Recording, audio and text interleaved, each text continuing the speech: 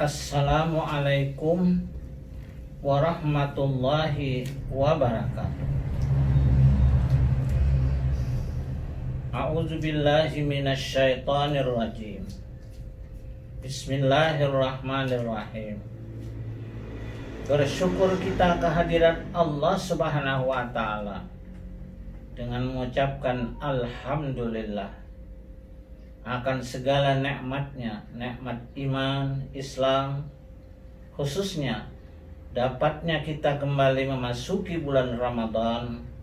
Dan marilah kita berniat bersama-sama untuk memaksimalkan ibadah kita, yaitu puasa Ramadan, yang adalah puasa Ramadan sudah diajukan bukan saja untuk kita umat Islam, tetapi untuk umat-umat sebelum kita. Dan tujuan daripada puasa la'allakum tattaqun, semoga kalian menjadi orang yang bertakwa.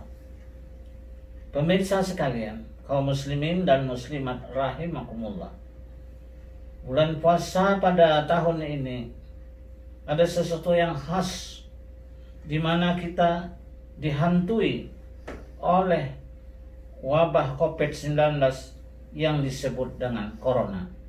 Yang disebut dengan corona. Ada goyonan anak-anak.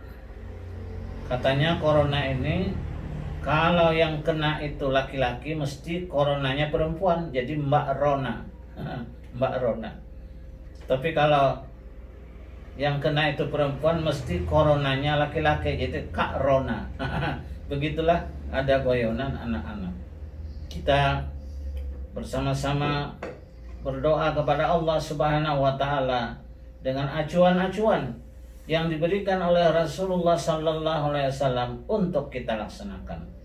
Nah, kita ketahui bahwa Rasulullah sallallahu alaihi wasallam 14 abad lebih masa yang telah silam telah mengajukan bagaimana kita menghadapi segala musibah. Segala musibah, petaka, barang lain sebagainya. Pertama yang harus kita ikuti beliau adalah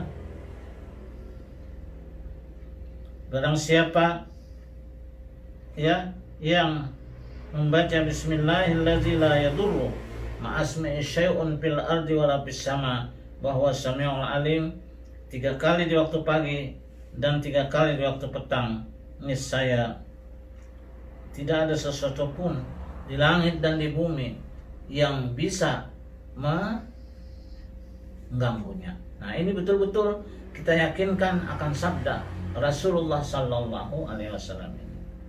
Kedua, membaca ayat kursi, yaitu surah Al-Baqarah ayat 255 menjelang tidur.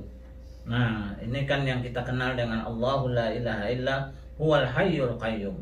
Di situ kita berserah diri, minta peliharakan kepada Allah Subhanahu wa taala akan terjaga dari segala apapun yang tidak disukai oleh kita, yaitu kita dijaga oleh yang maha berdiri sendiri, yang maha hidup, dan kita tidak akan ragu-ragu memohon perlindungan kepada Dia, karena Dia tidak pernah tidur, apa-apa mengantuk pun juga tidak. Nah, kalau ada pun wanita-wanita haid yang tidak suci, mereka dibolehkan membaca ayat kursi, membaca Qul a'udzu falaq, Qul a'udzu binnas, Qul huwallahu ahad. Kenapa? Sebagai pelindung diri, isti'azah. Nah, itu disebutkan oleh Syekh Wahbah Az-Zuhaili di dalam kitabnya tentang bersuci dan tentang menjelang tidur, dalam kitabnya Al-Fiqh Al-Islami wa Adillatuh halaman 504. Ketiga, membaca 2 ayat terakhir dari surah Al-Baqarah. Nabi sallallahu alaihi wasallam bersabda,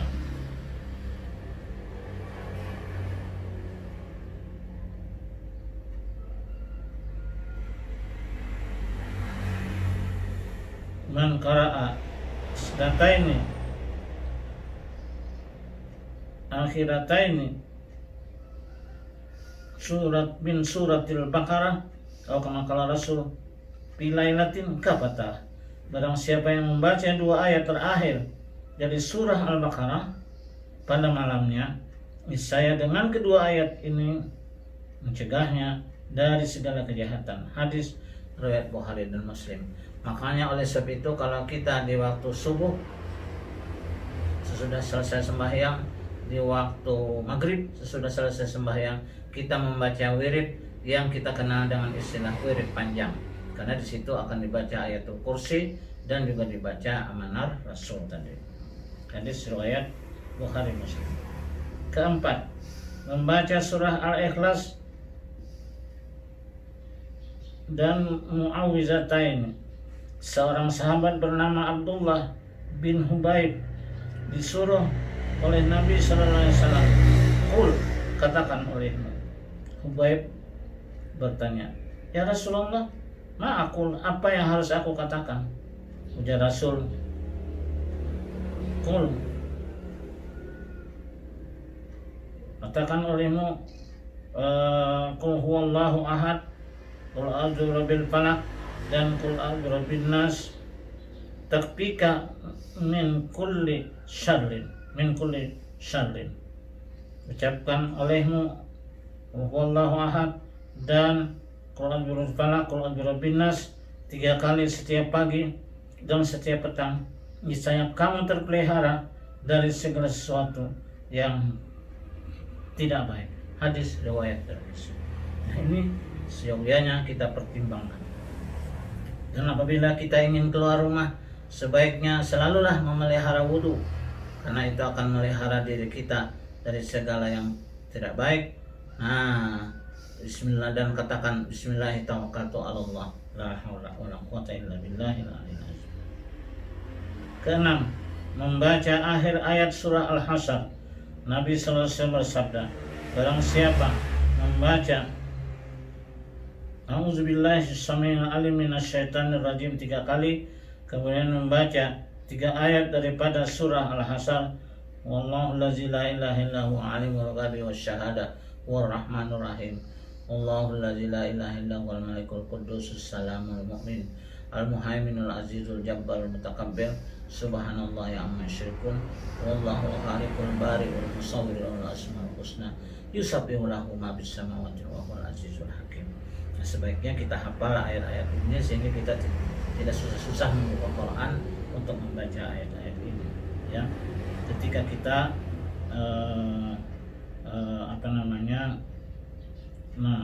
Rasul mengatakan bahwa Allah akan mengutus 70.000 malaikat mendoakannya sampai sore, dan jika ia membacanya terus pagi, malaikat mendoakan sampai ke petang, dan orang jika dia meninggal pada hari itu maka ia mendapat martabat mati syahid. Demikian hadis riwayat yang disebutkan oleh Imam Tirmidzi.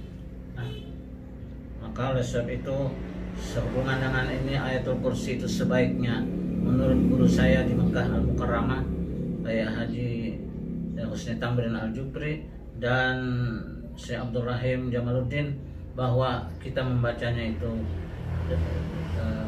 8 kali, 5 kali sesudah setiap salat fardu, ya, 5 kali sesudah setiap salat fardu. Yang keenam ketika kita hendak tidur, yang ketujuh ketika kita keluar rumah, yang kedelapan ketika kita kembali datang dari bepergian dari luar masuk ke rumah. Jangan lupa membaca ayat kursi itu, dan ini bisa ditaruh di muka pintu kita atau di depan pintu kita itu bukan berarti ayat tulisannya itu yang memelihara kita, tapi kita membacanya itu yang terpenting. Kalau sebab itu ingatkan kepada diri kita, anak-anak kita, sehingga tulisan itu kita bisa tempelkan di tempat di mana kita mudah untuk mengingatkan kita, dan itu yang mudah terlihat. Kemudian ketujuh, membaca doa penangkal kebakaran. Allahumma anta rabbi la ilaha illa anta khalaqtani ana abduka wa na'buduka wa ahdika mustata'tu bika min syarri ma sana'tu abduka bi ni'matika alayya wa bizanka firli fa innahu la yaghfiru dzunuba illa anta. Wa itu sayyidul istighfar. Allahumma inni a'udzubika min minan nar. Allahumma inni a'udzubika min la haula wala quwwata illa billah.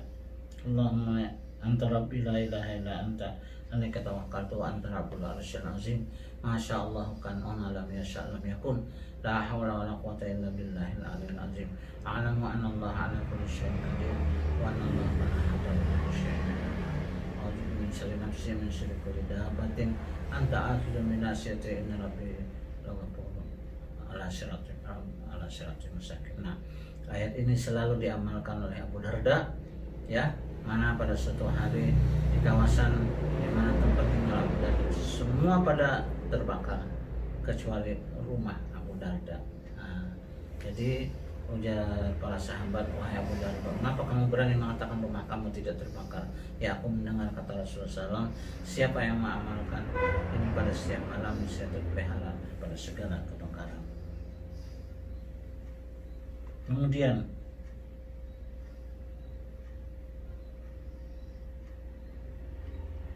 ada para keluarga yang keluarganya meninggal terpapar corona. Demikian pula para petugas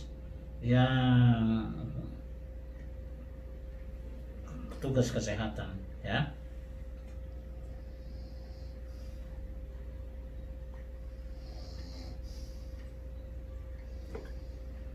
Baik dokter maupun perawat yang terpapar corona, mereka mendapatkan kemuliaan itu meninggal sebagai syahid akhirat.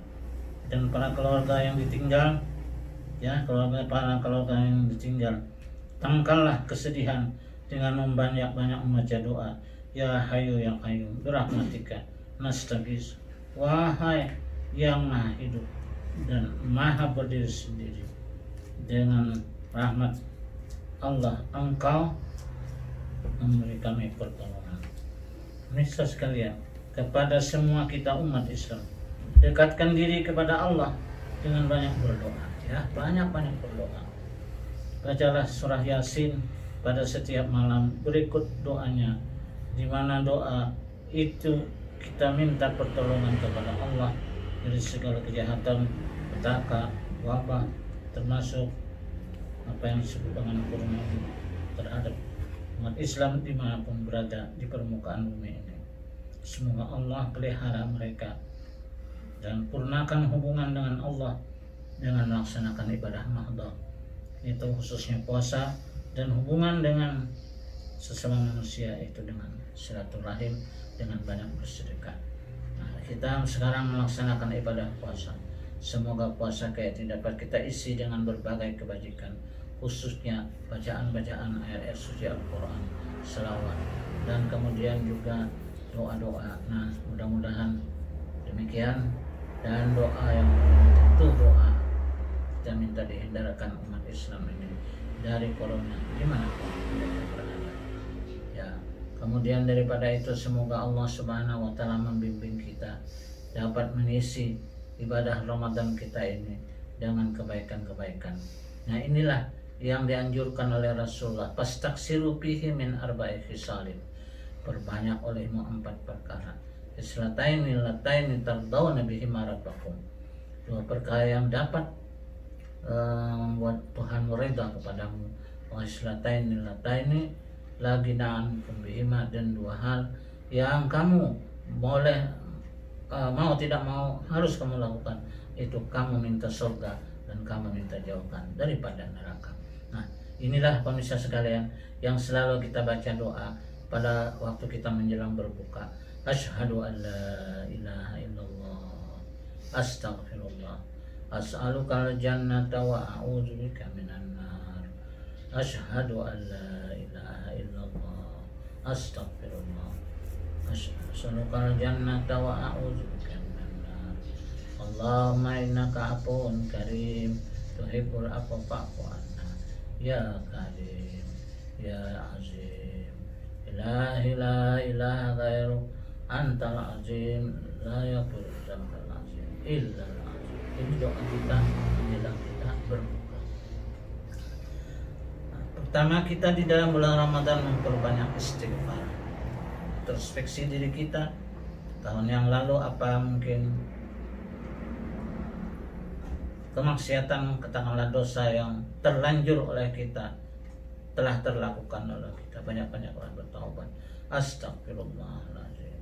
Kemudian ulang-ulangilah syahadat asyhadu an la ilaha illallah, karena ini adalah untuk memperbaharui iman. Iman kita ini bisa turun, bisa naik. Ya Rasulullah, jadidu imanakum, perbaharui iman kalian. Bagaimana wahai Rasul, kaifa an nujaddida imanana? Bagaimana wahai Rasul, kami memperbarui iman kami? Ucapkan olehmu, asyhadu an la ilaha illallah wa asyhadu anna Muhammadar Rasulullah. Semoga dengan terbiasanya inilah kalimat terakhir yang kita ucapkan nanti ketika kita menghadapi sakratul maut. Hidup ya Hayyu ya Qayyum, ya Mumit, ya Amit Nabi, ya bihajil kalimat. Semoga inilah kalimat yang terakhir yang kita ucapkan ketika kita menghadapi sakratul maut. Ahyina 'alaiha ya Hayyu, hidupkan kami dengan kalimat ini ya Allah. Wa amitna ya Mumit, dan matikanlah kami dengan kalimat ini ya Allah. Wa ja'alna akhir Allahumma ahyina in kanatil hayatu khairan lana wa tawaffana in kanatil wafatu khairan lana. Ya Allah, hidupkanlah kami jika hidup itu masih baik bagi kami, dan matikanlah kami jika mati itulah yang lebih baik bagi kami. Wa jalil hayata ziyaratan min kulli khair, dan jadikanlah hidup ini sebagai penambah kebaikan bagi kami. Wa jalil mauta rahatan lana min kulli syarr, dan jadikanlah kematian bagi kami istirahat kami daripada segala kejahatan, dan amankanlah kami dalam kubur, dan teranglah kubur kami, kubur orang tua kami, kubur saudara-saudara kami yang telah mendahului kami. Ya, kemudian daripada itu adalah kita selalu melihara puasa kita, ya, minta surga, minta jauhkan diri dari api neraka. Apa artinya? Ketika kita meminta surga, beramallah dengan amal yang dapat membawa seseorang ke dalam surga, walaupun amal itu tidak memasukkan kita ke dalam surga, tapi kita disuruh memintanya. Nabi Ibrahim juga disuruh meminta surga, dan demikian para nabi-nabi yang lain. Demikian pula kita minta jauhkan diri kita dari api neraka. Artinya apa? Kita berupaya untuk menjauhkan diri kita dari segala yang membawa naudzubillah seseorang ke dalam neraka. Dan perbuatan-perbuatan yang banyak itu yang bisa memelihara diri, dan kata lain adalah sedekah, ya. Sedekah bukan main. Hebatnya sedekah ini, sampai pada suatu hari Aisyah radhiyallahu anha, menurut riwayat itu dalam kitab An-Nawadir, yang langka-langka artinya An-Nawadir itu, beliau Aisyah ini ceritanya membeli seorang budak. Lalu turun Jibril, "Hai Aisyah, jangan engkau bawa budak itu ke dalam rumahmu, karena ia adalah tercatat sebagai seorang ahli neraka." Maka Rasul Aisyah pun tidak jadi membatalkan membawa ke rumah. Nah, lalu budak itu dia merdekakan, dan ia berikan kepadanya beberapa butir kurma sebagai bekal bagi dia. Nah, si budak itu tadi, budak perempuan itu tadi pun pergi. Kurma itu sebiji demi sebiji dia makan, tinggal lagi sebutir. Nah, ketika tinggal lagi sebutir, maka datang seorang peminta-minta. Kurma yang sebutir itu dia berikan separuhnya. Maka dengan pahala yang separuh itu, ya Aisyah, cari budak itu, dia telah menjadi seorang ahli surga. Nah, jadi sedekah dengan separuh. Separuh apa? Separuh harta, separuh makanan yang hanya itu ia miliki, yaitu sebutir kurma. Nah, jadi ini juga menjadi pelajaran bagi kita. Sedekah jangan cuma-cuma, jangan sekedarnya, tetapi kalau memungkinkan ya separuh harta begitu, separuh yang kita miliki, karena itulah yang sangat bermanfaat bagi kita di alam akhirat. Dan dikatakan di dalam Al-Quran, diriwayatkan bahwa seseorang yang akan meninggal dunia itu dia berdoa kepada Allah Subhanahu wa taala, "Ya Allah, bisakah engkau tunda sedikit umurku?" Untuk apa? Untuk aku bisa bersedekah. Nah, ini bagi orang yang belum sempat bersedekah tadi. Ya, kalau caleg yang belum kena sebagai duduk di legislatif, tentu dia akan beri kesempatan aku untuk jadi calon legislatif gitu, pemimpin rakyat begitu. Tapi bagi orang siapapun, baik orang itu orang kaya, orang miskin sekalipun, tetap meminta aku ingin bersedekah. Nah, mudah-mudahan ini menjadi bahan pemikiran kita dan menjadi kebaikan bagi kita pula. Perbaikilah amal ibadah kita, puasa kita pelihara sebaik-baiknya. Puasa itu ada dua hal yang membatalkan. Pertama, membatalkan pahala fisik puasa, yaitu makan, minum, bersenggama mungkin begitu, dan kemudian membatalkan pahala puasa. Nah, ini sangat berat bagi kita. Pahala puasa apa? Mungkin kita menggibah orang, mungkin kita memfitnah orang, na'udzubillah. Nah, maka mudah-mudahan ini menjadi bahan pertimbangan kita untuk memelihara puasa dengan sebaik-baiknya. Amin ya rabbal alamin. Semoga Allah SWT dan juga kita dapat mengikuti Rasulullah SAW di satu pihak melawan corona dengan doa, dan di pihak yang lain tetap memelihara ibadah kita, ibadah puasa. Dan karena ibadah puasa ini juga sangat besar daripada pahala yang kita akan dapatkan di bulan Ramadan. Orang yang beribadah di bulan Ramadan maka akan mendapatkan nilai pahala sama dengan nilai 70 kali ibadah fardu di bulan Ramadan. Jadi kalau kita salat zuhur, maka salat zuhur kita itu pahalanya sama dengan 70 ibadah fardu di luar Ramadan. Dan siapa yang mengamalkan amalan sunat yang kita kerjakan sama dengan pahala wajib di luar Ramadan. Demikian berkah yang Allah Subhanahu wa taala hendak berikan kepada umat, kepada kita ini dengan bulan Ramadan. Makanya bulan Ramadan adalah satu-satunya bulan yang Allah sebutkan di dalam Al-Quran. Bulan lain tidak ada yang disebutkan di dalam Al-Quran. Dan kaitannya dengan penyebutan Al-Quran ialah Al-Quran, bulan Ramadan disebutkan dalam Al-Quran adalah pertama, bulan Ramadan adalah bulan puasa. Yang kedua, Ramadan adalah bulan Al-Quran. Dan bulan Ramadan adalah bulan malam Al-Qadar. Begitu, semoga kita dapat memanfaatkannya nanti dengan ketiga macam ini, terutama malam Al-Qadar yang beribadah lebih baik daripada 1000 bulan. Billahi taufiq wal hidayah, birrida wal inayah, wallahul muwaffiq ila aqwamit thariq. Selamat berbuka puasa untuk kesekian kalinya. Amin ya rabbal alamin. Hitung saja berapa hari lagi kita akan berhari raya, ya. Kalau hari ini berapa, mungkin ya sudah berapa hari, begitu hitung sajalah. Insyaallah kita dapat melaksanakannya dengan sebaik-baiknya. Amin ya rabbal alamin. Billahi taufiq wal hidayah, birrida wal inayah, wallahul muwaffiq ila aqwamit thariq. Wassalamualaikum warahmatullahi wabarakatuh.